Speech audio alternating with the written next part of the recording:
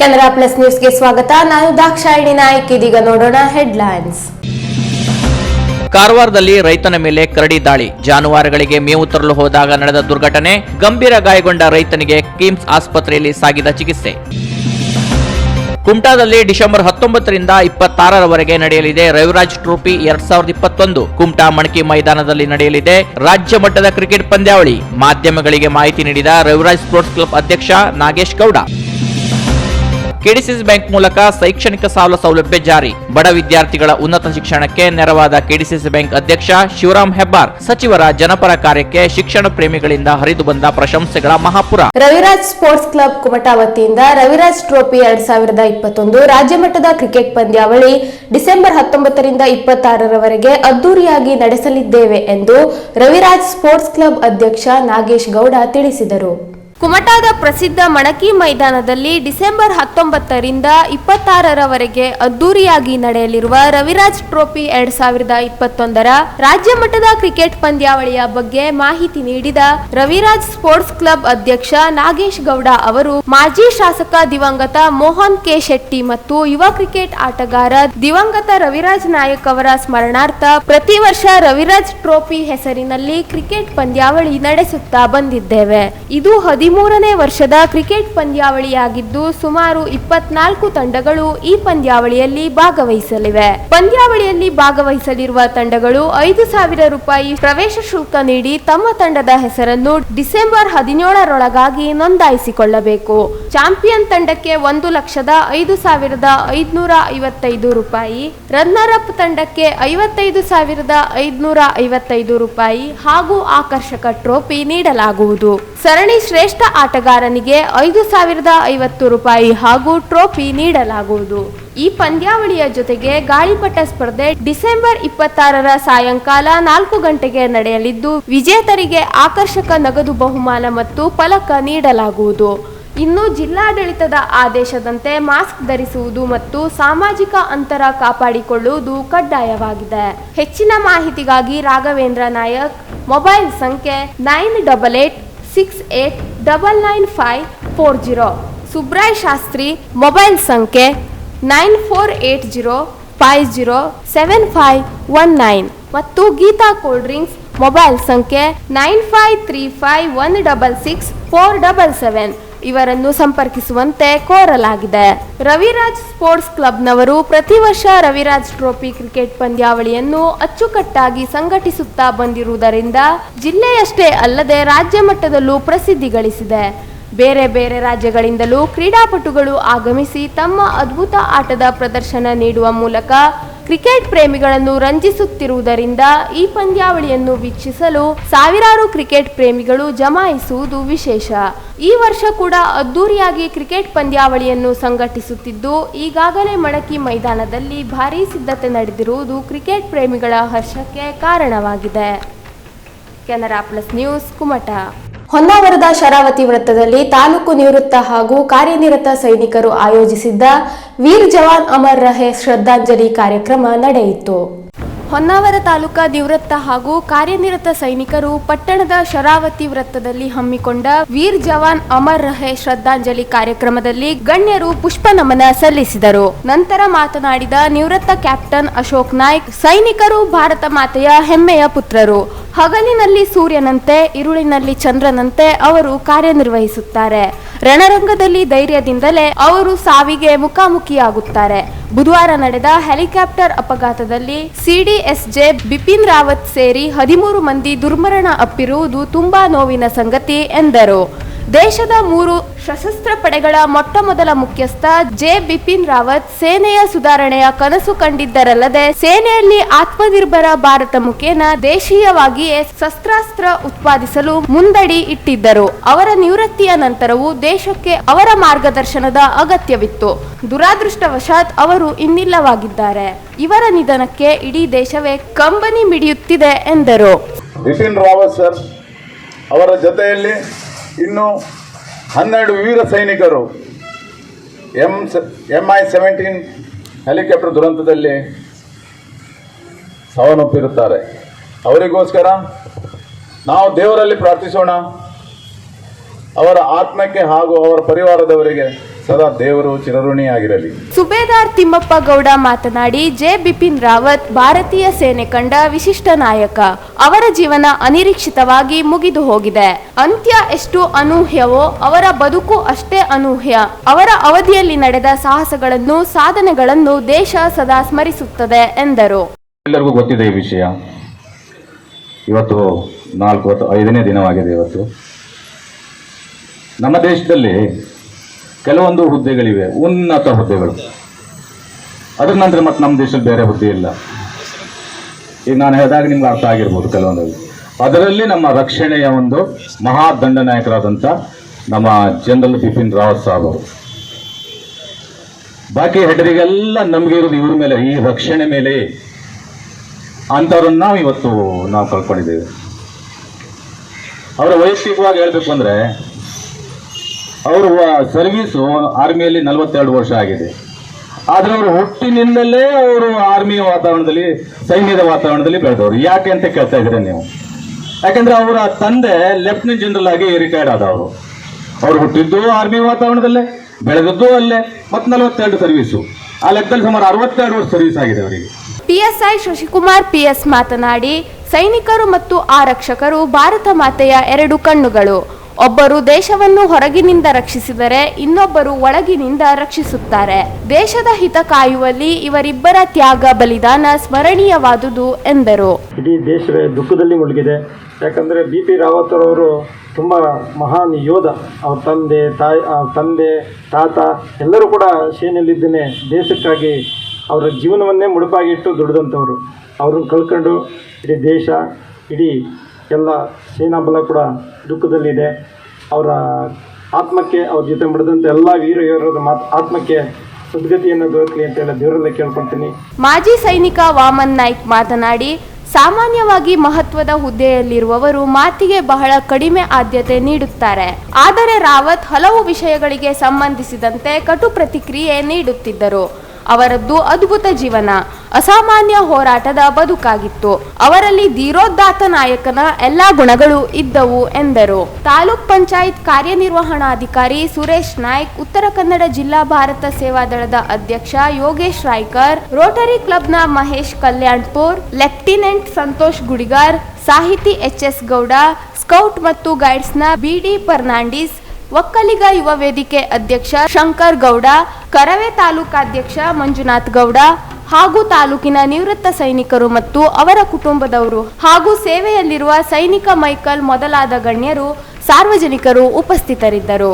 ಮಡಿದ ವೀರ ಸೈನಿಕರ ಭಾವಚಿತ್ರದ ಎದುರು ದೀಪ ಬೆಳಗಿ ಹಾರ ಸಮರ್ಪಣೆ ಮಾಡಿ ಪುಷ್ಪ ನಮನದ ಮೂಲಕ ಅಗಲಿದವರಿಗೆ ಗೌರವ ಸಲ್ಲಿಸಲಾಯಿತು. ಹೊನ್ನಾವರ ಪತ್ರಕರ್ತರಾದ ವೆಂಕಟೇಶ್ ಮೇಸ್ತಾ, ಸುಧೀರ್ ಕಡ್ನೀರು, ನಾಗರಾಜ್ ನಾಯ್ಕ್ ಕರ್ವಾ ಪುಷ್ಪ ನಮನದ ಮೂಲಕ ಅಗಲಿದ ಯೋಧರಿಗೆ ಗೌರವ ಸಲ್ಲಿಸಿದರು. ಇದೇ ಸಂದರ್ಭದಲ್ಲಿ ಹಿರಿಯ ಛಾಯಾಗ್ರಾಹಕ ಬಿಜೆ ನಾಯ್ಕ್ ವೀರ ಸೈನಿಕರ ಮರಣದ ಕುರಿತಾಗಿ ವಿವಿಧ ಪತ್ರಿಕೆಗಳಲ್ಲಿ ಬಂದ ಸಚಿತ್ರ ವರದಿಗಳನ್ನು ಕತ್ತರಿಸಿ ಭಾರತ ನಕಾಶೆಯ ರೂಪದಲ್ಲಿ ಅಂಟಿಸಿ ಅದನ್ನು ವೀರ ಸೈನಿಕರಿಗೆ ಅರ್ಪಿಸಿ ಚಿತ್ರ ನಮನ ಸಲ್ಲಿಸಿದರು. ತಾಲೂಕಿನ ವಿವಿಧ ಶಿಕ್ಷಣ ಸಂಸ್ಥೆಗಳ ಎನ್ಸಿಸಿ ಕ್ಯಾಂಡಿಡೇಟ್ಗಳು ಭಾಗವಹಿಸಿದ್ದರು. ಪ್ರೊಫೆಸರ್ ಪ್ರಶಾಂತ್ ಹೆಗಡೆ ಮೂಡಲಮನೆ ಕಾರ್ಯಕ್ರಮ ನಿರೂಪಿಸಿ ವಂದಿಸಿದರು. Canara plus news, Honnavar. KDCC bank ಅಧ್ಯಕ್ಷ ಹಾಗೂ ಕಾರ್ಮಿಕ ಸಚಿವ ಶಿವರಾಮ್ ಹೆಬ್ಬಾರ್ ಅವರು ಕೆಡಿಸಿಸಿ ಬ್ಯಾಂಕ್ ಮೂಲಕ ಶೈಕ್ಷಣಿಕ ಸಾಲ ಸೌಲಭ್ಯ ಜಾರಿ ಮಾಡುವ ಮೂಲಕ ಬಡ ವಿದ್ಯಾರ್ಥಿಗಳ ಉನ್ನತ ಶಿಕ್ಷಣಕ್ಕೆ ನೆರವಾಗಿದ್ದಾರೆ. ಹೌದು, ಉತ್ತರ ಕನ್ನಡ ಜಿಲ್ಲಾ ಉಸ್ತುವಾರಿ ಸಚಿವ ಶಿವರಾಮ್ ಹೆಬ್ಬಾರ್ ಅವರು ಸಚಿವರಾದಾಗಿನಿಂದಲೂ ಬಡ ಜನರಿಗೆ ಅನುಕೂಲ ಕಲ್ಪಿಸುವ ಕಾರ್ಯದಲ್ಲಿ ನಿರತರಾಗಿದ್ದಾರೆ. ಕಾರ್ಮಿಕ ಇಲಾಖೆಯಲ್ಲಿರುವ ಅನೇಕ ಸೌಲಭ್ಯಗಳನ್ನು ಜಿಲ್ಲೆಗೆ ಪರಿಚಯಿಸಿದವರು ಸಚಿವ ಶಿವರಾಮ್ ಹೆಬ್ಬಾರ್ ಅವರು ಎಂಬ ಮಾತಿದೆ. ಅವರು ಜಿಲ್ಲೆಯ ಪ್ರಸಿದ್ಧ ಕೆಡಿಸಿಸಿ ಬ್ಯಾಂಕ್ ಅಧ್ಯಕ್ಷರಾದ ಮೇಲೆ ಬ್ಯಾಂಕ್ನಿಂದ ರೈತರಿಗೆ, ಬಡ ಜನರಿಗೆ ಅನುಕೂಲವಾಗುವಂತಹ ಹಲವು ಯೋಜನೆಗಳನ್ನು ಅರ್ಹರಿಗೆ ಮುಟ್ಟಿಸುವ ಕಾರ್ಯ ಮಾಡಿದ್ದಾರೆ. ಇದೇ ಮೊದಲ ಬಾರಿಗೆ ಕೆಡಿಸಿಸಿ ಬ್ಯಾಂಕ್ ಮೂಲಕ ಶೈಕ್ಷಣಿಕ ಸಾಲ ಸೌಲಭ್ಯ ಜಾರಿಗೊಳಿಸುವ ಮೂಲಕ ಉನ್ನತ ಶಿಕ್ಷಣ ಪಡೆಯಲಿಚ್ಛಿಸುವ ಬಡ ವಿದ್ಯಾರ್ಥಿಗಳು ಶೈಕ್ಷಣಿಕ ಸಾಲಕ್ಕಾಗಿ ರಾಷ್ಟ್ರೀಯ ಬ್ಯಾಂಕ್ಗಳಿಗೆ ಅಲಿದಾಡುವುದನ್ನು ತಪ್ಪಿಸಿದ್ದಾರೆ. ಈ ಶೈಕ್ಷಣಿಕ ಸಾಲದ ಮೂಲಕ ಬಡ ವಿದ್ಯಾರ್ಥಿಗಳು ಉನ್ನತ ಶಿಕ್ಷಣ ಪಡೆಯುವುದು ಉಜ್ವಲ ಭವಿಷ್ಯವನ್ನು ರೂಪಿಸಿಕೊಳ್ಳಲು ಹೆಚ್ಚು ಸಹಾಯಕಾರಿಯಾಗಲಿದೆ. ಅಲ್ಲದೆ ಶ್ರಮಿಕ ವರ್ಗದವರಿಗೆ ನೆರವಾಗಬೇಕೆಂಬ ಕಾರಣಕ್ಕೆ ಕಟ್ಟಡ ಕಾರ್ಮಿಕರು ಕೆಲಸಕ್ಕೆ ತೆರಳಲು ರಾಜ್ಯದೆಲ್ಲೆಡೆ ಉಚಿತ ಬಸ್ ಪಾಸ್ ನೀಡುವ ಯೋಜನೆ ಘೋಷಿಸಿದ ಸಚಿವ ಶಿವರಾಮ್ ಹೆಬ್ಬಾರ್ ಅವರ ಕಾರ್ಮಿಕ ಪರ ಕಾಳಜಿಗೆ ಎಲ್ಲೆಡೆ ಮೆಚ್ಚುಗೆ ವ್ಯಕ್ತವಾಗಿದೆ. ಇಂಥ ಜನಪರ ಯೋಜನೆಗಳನ್ನು ಜಾರಿ ಮಾಡುವ ಮೂಲಕ ರಾಜ್ಯದಲ್ಲಿ ಕಾರ್ಮಿಕ ಇಲಾಖೆಗೆ ಜೀವ ತುಂಬುವ ಕಾರ್ಯ ಸಚಿವರಿಂದಾಗುತ್ತಿದ್ದು ಅವರ ಜನಪರ ಕಾರ್ಯ ಕಾರ್ಮಿಕರಿಗೆ ವರವಾಗಿ ಪರಿಣಮಿಸಿದೆ.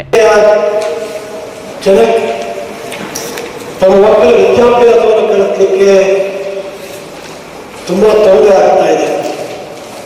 ರಾಷ್ಟ್ರೀಯ ಬ್ಯಾಂಕ್ಗಳಿಗೆ ಬಹಳ ಪ್ರಯಾಸದಿಂದ ಸಾಲವನ್ನು ಪಡ್ಕೊಳ್ಬೇಕಾಗುತ್ತೆ. ಆ ಕಾರಣಕ್ಕಾಗಿ ಈ ವರ್ಷದಿಂದ ನಮ್ಮ ಮುಂದಿನ ಜನವರಿ 1ನೇ ತಾರೀಕಿನಂತ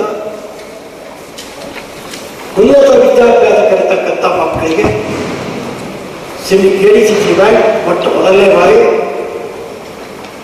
ಶೈಕ್ಷಣಿಕ ಸಾಲವನ್ನು ಕೊಡಬೇಕು ಅಂತಕ್ಕಂಥ ಒಂದು ನಿರ್ಣಯವನ್ನು ಈಗಾಗಲೇ ತಾತ್ವಿಕವಾಗಿ ಮಾಡಿದ್ದೇವೆ.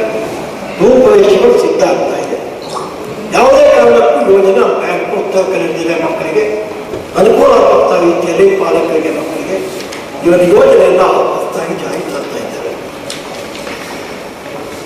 ವಾಹನ ಸಾಲವನ್ನು ನಾವು ಕೆನರಾ ಪ್ಲಸ್ ನ್ಯೂಸ್ ಶಿರ್ಸಿ. ಇದೀಗ ಶಾರ್ಟ್ ಬ್ರೇಕ್ನ ನಂತರ ಕೆನರಾ ಪ್ಲಸ್ ನ್ಯೂಸ್ ಮುಂದುವರಿಯುತ್ತದೆ.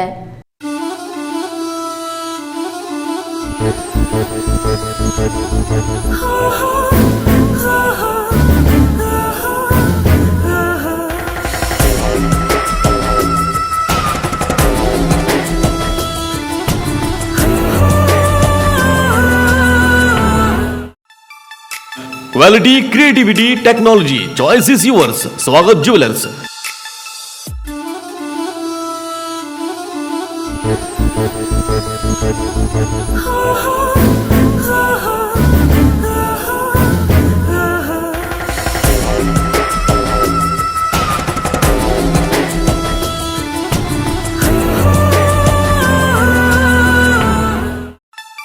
ಇಪ್ಪತ್ತೈದನೇ ವರ್ಷದ ಸಂಭ್ರಮಾಚರಣೆಯಲ್ಲಿ ವಜ್ರ, ಜೇಮ್ಸ್ ಸ್ಟೋನ್ಸ್, ಬಂಗಾರದ ಆಭರಣಗಳು, ಬೆಳ್ಳಿಯ ಆಭರಣಗಳು, all in one shop. Swagath jewellers.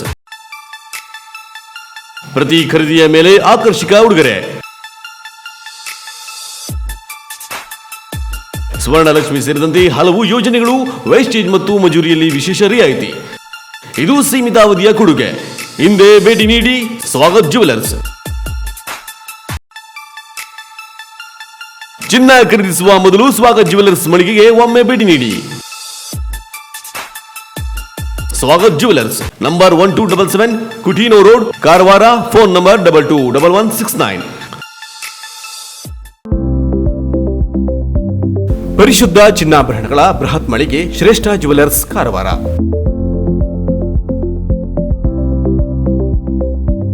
ನಮ್ಮಲ್ಲಿ 22 ಮತ್ತು 24 ಕ್ಯಾರೆಟ್ ಹೋಲೋ ಮಾರ್ಕ್ ಹೊಂದಿರುವ ಅತ್ಯಾಕರ್ಷಕ ಮತ್ತು ವಿಭಿನ್ನ ಡಿಸೈನ್ಗಳ ಎಲ್ಲಾ ರೀತಿಯ ಜ್ಯುವೆಲರಿಗಳು ಲಭ್ಯ. ಗೋಲ್ಡ್ ಚೈನ್, ನೆಕ್ಲೆಸ್, ಬಳೆ, ರಿಂಗ್ಗಳು, ಇಯರಿಂಗ್, ಡೈಮಂಡ್ ಜ್ಯುವೆಲರಿ ಸೇರಿದಂತೆ IGI ಸರ್ಟಿಫೈಡ್ ರಿಯಲ್ ಡೈಮಂಡ್ ಜ್ಯುವೆಲರಿಗಳು ದೊರೆಯುತ್ತವೆ. Temple jewellery, light weight jewellery ಸೇರಿದಂತೆ ಬೆಳ್ಳಿಯ ಪೂಜಾ ಸಾಮಗ್ರಿಗಳು ಜೊತೆಗೆ ಎಲ್ಲಾ ರೀತಿಯ ಆಭರಣಗಳು ಲಭ್ಯ. ಅಲ್ಲದೆ Karwar and Konkani special design ಜೊತೆಗೆ ಗ್ರಾಹಕರ ಬೇಡಿಕೆಯಂತೆ ವಿಭಿನ್ನ ಡಿಸೈನ್ಗಳ ಜ್ಯುವೆಲರಿಗಳನ್ನು ಸಿದ್ಧಪಡಿಸಿ ನೀಡಲಾಗುವುದು. ಹಾಗಾದರೆ ತಡ ಏಕೆ? ನಿಮ್ಮ ಆಯ್ಕೆಯ ಜ್ಯುವೆಲರಿಯನ್ನ ಖರೀದಿಸಲು ಹಿಂದೆ ಭೇಟಿ ನೀಡಿ. ಶ್ರೇಷ್ಠ jewellers, Salman arcade, beside Ganesh agency, green street road, Karwar. Mobile ಸಂಖ್ಯೆ 8970595131. ಹಿಂದೆ ಭೇಟಿ ನೀಡಿ. ಬ್ರಾಂಡೆಡ್ ಕಂಪನಿಗಳ ಎಲೆಕ್ಟ್ರಾನಿಕ್ ಗೃಹ ಬಳಕೆ ಸಾಮಗ್ರಿಗಳ ಬೃಹತ್ ಮಳಿಗೆ ಗಣೇಶ್ ಏಜೆನ್ಸಿ, ಕಾರವಾರ. ನಮ್ಮಲ್ಲಿ Samsung, Whirlpool, LG, IFB, Lloyd, Sony ಸೇರಿದಂತೆ ಇತರೆ ಜಗತ್ಪ್ರಸಿದ್ಧ ಕಂಪನಿಗಳ LED TV, sound system, air cooler, AC, washing machine, refrigerator, grinder, mixer, micro oven, cooker, water purifier, gas stove ಸೇರಿದಂತೆ ಇನ್ನಿತರೆ ಎಲೆಕ್ಟ್ರಾನಿಕ್ ಮತ್ತು ಗೃಹ ಬಳಕೆ ಸಾಮಗ್ರಿಗಳು ರೀಸನೇಬಲ್ ದರದಲ್ಲಿ ಲಭ್ಯ. ಸ್ಪೆಷಲ್ ಆಫರ್ ಜೊತೆಗೆ ಪ್ರತಿ ಖರೀದಿಯ ಮೇಲೆ ಆಕರ್ಷಕ ಗಿಫ್ಟ್ ನೀಡಲಾಗುವುದು.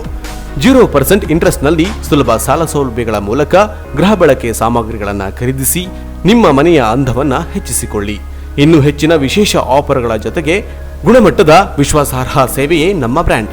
ನಿಮಗಿಷ್ಟವಾದ ಎಲೆಕ್ಟ್ರಾನಿಕ್ ಗೃಹ ಬಳಕೆ ಸಾಮಗ್ರಿಗಳನ್ನು ಖರೀದಿಸಲು ಹಿಂದೆ ಭೇಟಿ ನೀಡಿ. Ganesh agency, green street road, Karwar. Mobile ಸಂಖ್ಯೆ 9482846176.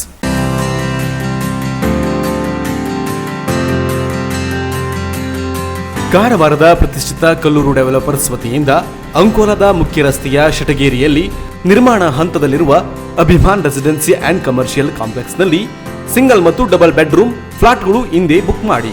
ಅತ್ಯಾಧುನಿಕ ಶೈಲಿಯಲ್ಲಿ ಫ್ಲಾಟ್ಗಳು ನಿರ್ಮಾಣವಾಗುತ್ತಿದ್ದು ಆಕರ್ಷಕ ಇಂಟೀರಿಯರ್ ಡಿಸೈನ್ ಹೊಂದಿರುವ living and dining hall, attach bathroom ಇರುವ ಬೆಡ್ರೂಮ್, ಗ್ರಾನೈಟ್ ಅಳವಡಿಸಿರುವ ಕಿಚನ್ ರೂಮ್ ಸೇರಿದಂತೆ ನಿಮ್ಮ ಕನಸಿನ ಸುಂದರ ಮನೆಯನ್ನು ಪಡೆಯಬಹುದಾಗಿದೆ.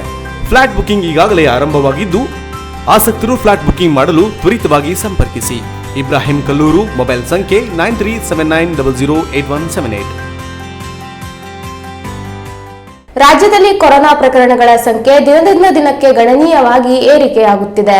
ಅದರಲ್ಲೂ ಮಕ್ಕಳಲ್ಲಿ ಸೋಂಕು ಪತ್ತೆಯಾಗುತ್ತಿರುವುದು ಪಾಲಕರ ಭೀತಿಗೆ ಕಾರಣವಾಗಿದೆ. ಉತ್ತರ ಕನ್ನಡ ಜಿಲ್ಲೆಯಲ್ಲೂ ಸಹ ಕಳೆದೊಂದು ವಾರದಲ್ಲಿ 18 ವರ್ಷದೊಳಗಿನ 20ಕ್ಕೂ ಅಧಿಕ ಮಕ್ಕಳಲ್ಲಿ ಕೋವಿಡ್ ಪಾಸಿಟಿವ್ ಬಂದಿದ್ದು, ಇದು ಜಿಲ್ಲೆಯ ಜನರನ್ನ ಆತಂಕಕ್ಕೀಡು ಮಾಡಿದೆ. ಇದು ಮಕ್ಕಳನ್ನ ಶಾಲೆ ಕಾಲೇಜುಗಳಿಗೆ ಕಳುಹಿಸಲು ಪಾಲಕರು ಹಿಂದೇಟು ಹಾಕುವಂತೆ ಮಾಡಿದೆ.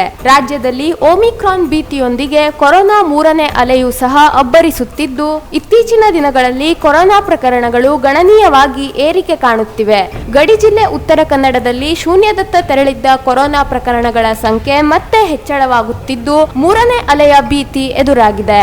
ಅದರಲ್ಲೂ 18 ವರ್ಷದೊಳಗಿನ ಶಾಲಾ ಕಾಲೇಜು ವಿದ್ಯಾರ್ಥಿಗಳಲ್ಲಿ ಕೊರೋನಾ ಸೋಂಕು ಕಾಣಿಸಿಕೊಳ್ಳುತ್ತಿರುವುದು ಜನರ ಆತಂಕಕ್ಕೆ ಕಾರಣವಾಗಿದೆ.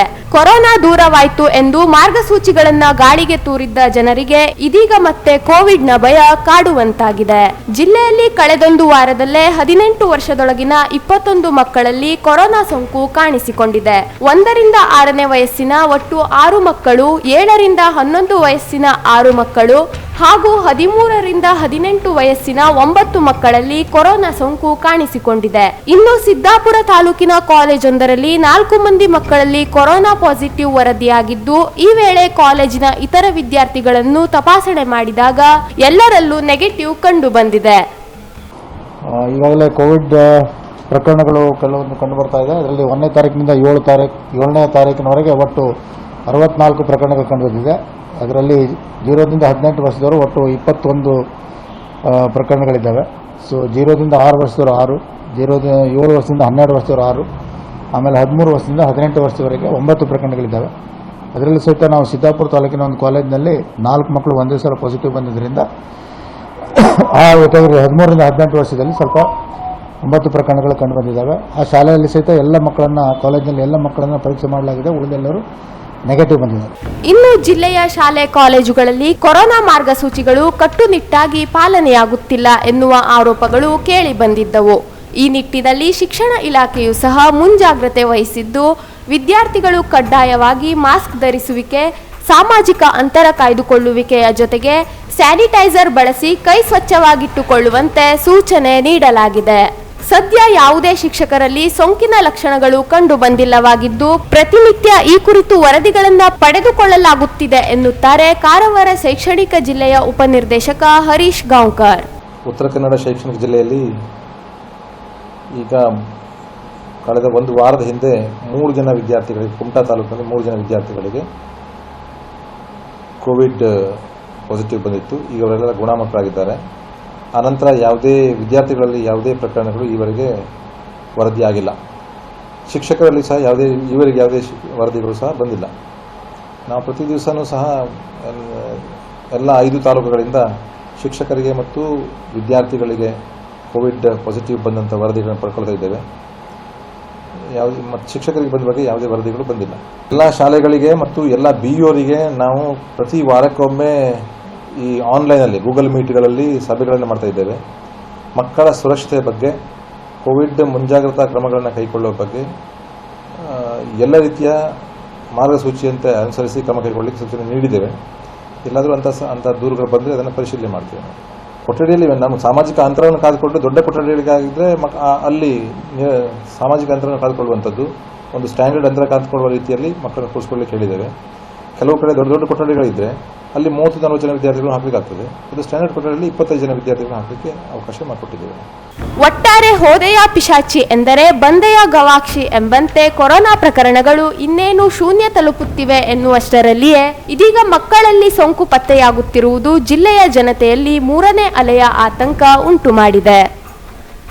Canara plus news, Karwar. ಕಾರವಾರದಲ್ಲಿ ರೈತನೋರ್ವನ ಮೇಲೆ ಕರಡಿ ಹಾಗೂ ಅಂಕೋಲಾದಲ್ಲಿ 3 ಮೇಲೆ ಜೇನು ದಾಳಿ ನಡೆಸಿರುವ ಘಟನೆ ನಡೆದಿದೆ. ಜಾನುವಾರುಗಳಿಗೆ ಮೇವು ತರಲು ಹೋಗಿದ್ದ ರೈತನೋರ್ವನ ಮೇಲೆ ಕರಡಿ ದಾಳಿ ಮಾಡಿ ಗಾಯಗೊಳಿಸಿರುವ ಘಟನೆ ಕಾರವಾರ ತಾಲೂಕಿನ ನಗೆ ಗ್ರಾಮದಲ್ಲಿ ನಡೆದಿದೆ. ತಾಲೂಕಿನ ಮಲ್ಲಾಪುರ ವಲಯ ಅರಣ್ಯ ವ್ಯಾಪ್ತಿಯಲ್ಲಿ ಕರಡಿ ದಾಳಿ ನಡೆದಿದ್ದು, ಘಟನೆಯಲ್ಲಿ 60 ವರ್ಷದ ರಾಮಗೌಡ ದಾಳಿಗೆ ಒಳಗಾದವರಾಗಿದ್ದಾರೆ. ಗಂಭೀರವಾಗಿ ಗಾಯಗೊಂಡಿದ್ದ ರಾಮಗೌಡ ಅವರನ್ನು ಕಾರವಾರ ಕಿಮ್ಸ್ ಆಸ್ಪತ್ರೆಗೆ ದಾಖಲಿಸಲಾಗಿದ್ದು ಚಿಕಿತ್ಸೆ ನೀಡಲಾಗುತ್ತಿದೆ. ಘಟನಾ ಸ್ಥಳಕ್ಕೆ ಭೇಟಿ ನೀಡಿರುವ ಅರಣ್ಯ ಇಲಾಖೆಯ ಅಧಿಕಾರಿಗಳು ಪರಿಶೀಲನೆ ನಡೆಸುತ್ತಿದ್ದಾರೆ. ಇನ್ನು ಬಸ್ ನಿಲ್ದಾಣದಲ್ಲಿ ನಿಂತಿದ್ದವರ ಮೇಲೆ ಏಕಾಏಕಿ ಜೇನುನೊಣಗಳು ದಾಳಿ ನಡೆಸಿದ ಪರಿಣಾಮ ಓರ್ವ ವಿದ್ಯಾರ್ಥಿನಿ ಸೇರಿದಂತೆ 3 ಗಾಯಗೊಂಡ ಘಟನೆ ಅಂಕೋಲಾದಲ್ಲಿ ನಡೆದಿದೆ. ಪಟ್ಟಣದ ಬಸ್ ನಿಲ್ದಾಣದ ಬಳಿ ಘಟನೆ ನಡೆದಿದ್ದು, ಜೇನು ದಾಳಿಗೆ ಸಿಲುಕಿ ಅಸ್ವಸ್ಥರಾದವರನ್ನು ಹತ್ತಿರದ ತಾಲೂಕಾಸ್ಪತ್ರೆಗೆ ದಾಖಲಿಸಿ ಚಿಕಿತ್ಸೆ ನೀಡಲಾಗುತ್ತಿದೆ. ಜೇನು ದಾಳಿಗೊಳಗಾದವರ ಪೈಕಿ ವಿದ್ಯಾರ್ಥಿನಿ ಗೋವಾ ಮೂಲದವಳಾಗಿದ್ದು, ಇಲ್ಲಿನ ಕೆಎಲ್ಇ ಕಾಲೇಜಿನಲ್ಲಿ ನರ್ಸಿಂಗ್ ಓದುತ್ತಿದ್ದಾಳೆ. ಮತ್ತಿಬ್ಬರು ಅವಳ ಸಂಬಂಧಿಗಳಾಗಿದ್ದು, ರಜೆಯ ನಿಮಿತ್ತ ಕಾಲೇಜಿನಿಂದ ಊರಿಗೆ ತೆರಳಲು ಬಸ್ ನಿಲ್ದಾಣಕ್ಕೆ ಆಗಮಿಸಿದ್ದ ವೇಳೆ ಈ ಘಟನೆ ಸಂಭವಿಸಿದೆ. ಸದ್ಯ 3 ಚೇತರಿಸಿಕೊಳ್ಳುತ್ತಿದ್ದು ಅಪಾಯದಿಂದ ಪಾರಾಗಿದ್ದಾರೆ. Canara plus news, Karwar. ದಾಂಡೇಲಿಯ ಲಯನ್ಸ್ ಕ್ಲಬ್ನ ಸಿಂಹವಾಹಿನಿ ಎಂಬ ಹೆಸರಿನ ತ್ರೈಮಾಸಿಕ ಮ್ಯಾಗಜಿನ್ನ ಬಿಡುಗಡೆಯನ್ನು ಲಯನ್ಸ್ ಹಿರಿಯ ಸದಸ್ಯ ಡಾಕ್ಟರ್ ಬ್ಯಾಕೋಡ್ ಲಯನ್ಸ್ ಶಾಲೆಯ ಸಭಾಂಗಣದಲ್ಲಿ ಶನಿವಾರ ಸಂಜೆ ನಡೆಸಿಕೊಟ್ಟರು.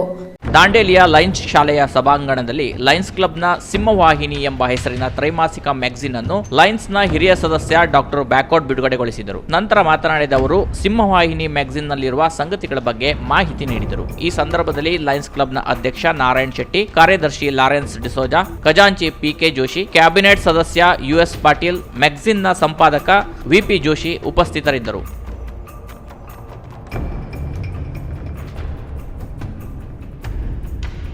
Canara plus news, Dandeli. ಇದೀಗ ಶಾರ್ಟ್ ಬ್ರೇಕ್ನ ನಂತರ ಕೆನರಾ ಪ್ಲಸ್ ನ್ಯೂಸ್ ಮುಂದುವರಿಯುತ್ತದೆ. ಹುಬ್ಬಳ್ಳಿಯ ಖ್ಯಾತ ನೇತ್ರತಜ್ಞ ಡಾಕ್ಟರ್ ನವೀನ್ ವಿಭಿ ಅವರ ಸಾರಥ್ಯದಲ್ಲಿ ಅತ್ಯಾಧುನಿಕ ತಂತ್ರಜ್ಞಾನ ಹೊಂದಿರುವ ನವೀನ ನೇತ್ರಾಲಯ ಕುಮಟಾದಲ್ಲಿ ಉತ್ತಮ ವೈದ್ಯಕೀಯ ಸೇವೆ ಒದಗಿಸುವ ಮೂಲಕ ಜಿಲ್ಲೆಯಲ್ಲಿಯೇ ಪ್ರಸಿದ್ಧಿ ಗಳಿಸಿದೆ. ಗಣಕೀಕೃತ ಕಣ್ಣಿನ ಪರೀಕ್ಷೆ, ಕಾಂಟ್ಯಾಕ್ಟ್ ಲೈನ್ಸ್ ಕ್ಲಿನಿಕ್, ನೋವುರಹಿತ ಹೊಲಿಗೆ ರಹಿತ ಕಣ್ಣಿನ ಪೊರೆಯ ಶಸ್ತ್ರಚಿಕಿತ್ಸೆ, ಗ್ಲುಕೋಮಾ ಪ್ರಮಾಣ ನಿರ್ಧರಿಸುವಿಕೆ ಚಿಕಿತ್ಸೆ, ಸಕ್ಕರೆ ಕಾಯಿಲೆ, ರೆಟಿನೋಪತಿ ಪ್ರಮಾಣ ನಿರ್ಧರಿಸುವ ಮತ್ತು ಚಿಕಿತ್ಸೆ, ಮಕ್ಕಳ ಕಣ್ಣಿನ ಸಮಸ್ಯೆಗಳಿಗೆ ಸೂಕ್ತ ಪರಿಹಾರೋಪಾಲಯಗಳನ್ನು ನೀಡಲಾಗುವುದು. ಅಲ್ಲದೆ ಕಣ್ಣಿನ ಪೊರೆಯ ಚಿಕಿತ್ಸೆಯನ್ನ ನಯವಾಗಿ ಮಾಡಲು ಪೇಕೋ ಎಂಬ ಅತ್ಯಾಧುನಿಕ ಯಂತ್ರೋಪಕರಣ ಬಳಸಲಾಗುವುದು. ಜಿಲ್ಲೆಯಲ್ಲಿಯೇ ಈ ಸೇವೆ ಕಾರವಾರ ಮತ್ತು ಶಿರಸಿಯನ್ನು ಹೊರತುಪಡಿಸಿ ಈಗ ನವೀನ್ ನೇತ್ರಾಲಯದಲ್ಲಿ ಮಾತ್ರ ಲಭ್ಯವಿದ್ದು ಯುಎಸ್ಎ ಎಫ್ಡಿಎನಿಂದ ಮಾನ್ಯತೆ ಪಡೆದಿದೆ. ಅಲ್ಲದೆ ನೇತ್ರಾಲಯಕ್ಕೆ ಹೊಂದಿಕೊಂಡಿರುವ ಸೃಷ್ಟಿ ಆಪ್ಟಿಕಲ್ಸ್ನಲ್ಲಿ ಅತ್ಯಾಧುನಿಕ, ಆಕರ್ಷಕ ಮತ್ತು ಉತ್ತಮ ಗುಣಮಟ್ಟದ ಕನ್ನಡಕಗಳು ಲಭ್ಯವಿದೆ. ಅದರಲ್ಲೂ ಡಾಕ್ಟರ್ ನವೀನ್ ಅವರು ಪೇಕೋ ತರಬೇತಿ ಹೊಂದಿದವರಿಂದ ನೇತ್ರ ಚಿಕಿತ್ಸಾಲಯದಲ್ಲಿ ಹೊಸ ಸಂಚಲನ ಮೂಡಿಸಿದ್ದಾರೆ.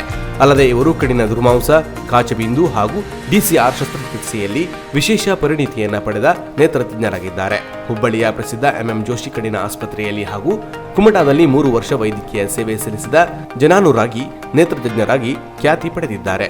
ಕಣ್ಣಿನ ಯಾವುದೇ ಸಮಸ್ಯೆಗಳಿದ್ದರೂ ಒಮ್ಮೆ ಭೇಟಿ ನೀಡಿ. ನವೀನ್ ನೇತ್ರಾಲಯ, ಮಹಾಲಕ್ಷ್ಮಿ ಕಂಫರ್ಟ್ಸ್, LIC ಕಚೇರಿ ಎದುರು, NH66 ಕುಮಟಾ. ಸಂಪರ್ಕಿಸಿ 8277996645 ಹಾಗೂ 9663772097. ಪರಿಶುದ್ಧ ಮತ್ತು ಆಕರ್ಷಕ ಚಿನ್ನಾಭರಣಗಳ ಬೃಹತ್ ಮಳಿಗೆ ಕಲ್ಯಾಣಿ ಜ್ಯುವೆಲರಿ ಕುಮಟಾ.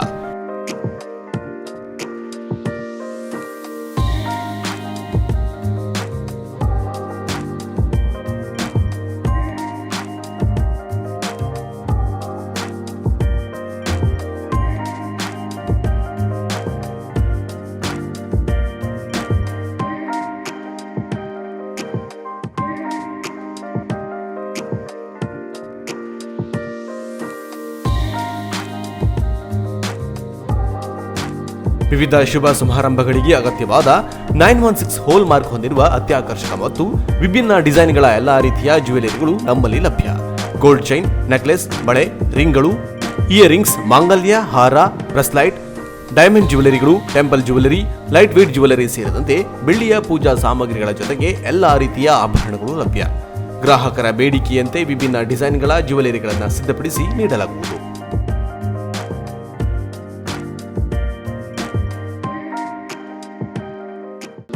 ರೀಸನೇಬಲ್ ರೇಟ್ ಜೊತೆಗೆ ಗ್ರಾಹಕರ ವಿಶ್ವಾಸ ಗಳಿಸುವುದೇ ನಮ್ಮ ಬ್ರ್ಯಾಂಡ್.